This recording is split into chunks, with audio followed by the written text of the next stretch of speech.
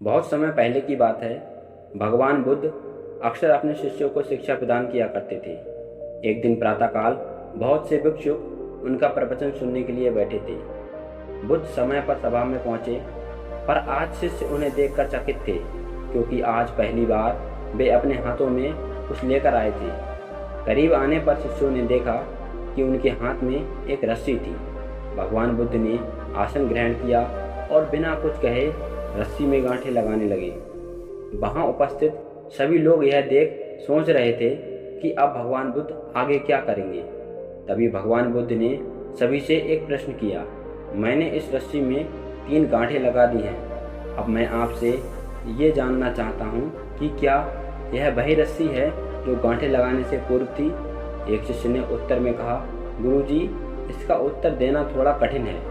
ये वास्तव में हमारे देखने के तरीके पर निर्भर है। एक दृष्टिकोण से देखें तो रस्सी वही है, इसमें कोई बदलाव नहीं आया है, और दूसरी तरह से देखें तो इसमें 3 गांठें लगी हुई हैं जो पहले नहीं थी, अतः इसे बदला हुआ कह सकते हैं। भगवान बुद्ध ने कहा, सत्य है, अब मैं इन गांठों को खोल देता हूँ। यह कहकर भगवान बुद्ध रस्सी के दोनों सिरों को एक दूसरे से दूर खींचने लगे। उन्होंने पूछा, तुम्हें क्या लगता है, इस प्रकार इन्हें खींचने से क्या मैं इन गांठों को खोल सकता हूँ? एक शिष्य ने शीघ्रता से उत्तर दिया, नहीं नहीं, ऐसा करने से गांठें तो और भी कस जाएंगी और इन्हें खोलना और भी मुश्किल हो जाएगा। भगवान बुद्ध ने कहा, ठीक है, अब एक आखिरी प्रश्न बताओ, इन गांठों को खोलने के लिए हमें क्या करना होगा? शिष्य ने उत्तर दिया, इसके लिए हमें इन गांठों को गौर से देखना होगा, ताकि हम जान सकें कि इन्हें कैसे लगाया गया था, और फिर हम इन्हें खोलने का प्रयास कर सकते हैं। भगवान बुद्ध ने कहा, मैं यही तो सुनना चाहता था। मूल प्रश्न यही है कि जिस समस्या में तुम फंसे हो, वास्तव में उसका कारण क्या है। बिना कारण जाने निवारण असंभव है।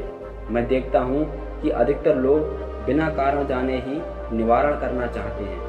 कोई मुझसे ये नहीं पूछता, मुझे क्रोध क्यों आता है। लोग पूछते हैं, मैं अपने क्रोध का अंत कैसे करूं? कोई यह प्रश्न नहीं करता कि मेरे अंदर अहंकार का बीज कहां से आया। लोग पूछते हैं कि मैं अपना अहंकार कैसे खत्म करूं। भगवान बुद्ध समझाते हुए कहते हैं, जिस प्रकार रस्सी में गांठें लग जाने पर भी उसका बुनियादी स्वरूप नहीं बदलता, उसी प्रकार मनुष्य में भी कुछ विचार आ जाने से उसके अंदर से अच्छाइयों के बीज खत्म नहीं होते। जैसे हम रस्सी की गांठें खोल सकते हैं, वैसे ही हम मनुष्य की समस्याएं भी सुलझा सकते हैं।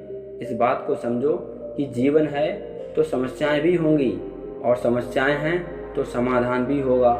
आवश्यकता है कि हम किसी भी समस्या के कारण को अच्छी तरह से जानें, निवारण स्वतः ही प्राप्त हो जाएगा।